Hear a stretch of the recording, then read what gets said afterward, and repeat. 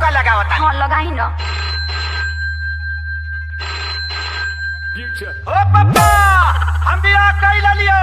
का बियाह कई लिए? हमरा ले बताइले।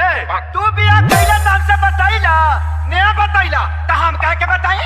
अरे बोकावा तो कुछ दहेजो मिल रही है रे। दहेज नहीं जे घंटा लिहा। ससुरा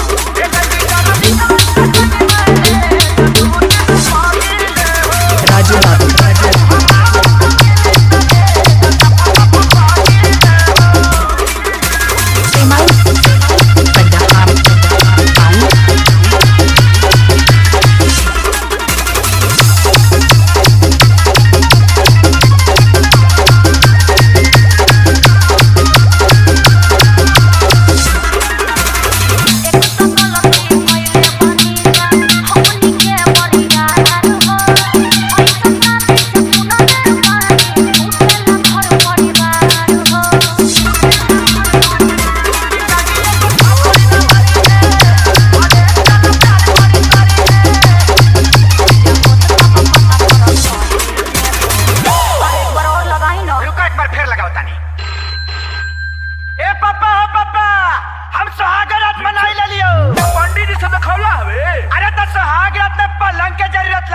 पंडित जी का थोड़ी लगल है।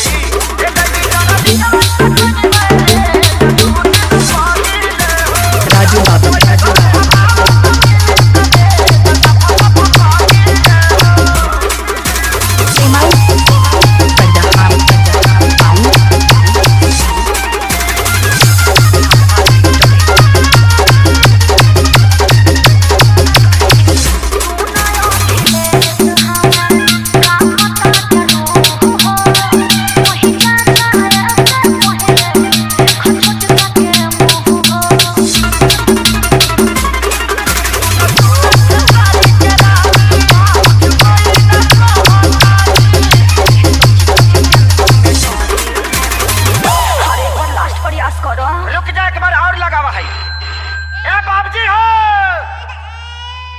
अरे लइको होई का रे? हाँ हो गई। अरे अभी तो 2 दिन पहले कहता के बियाह कोई नहीं हां। अरे जियो के ऑफर में डाउनलोड कर ले लाई। राजू बाबू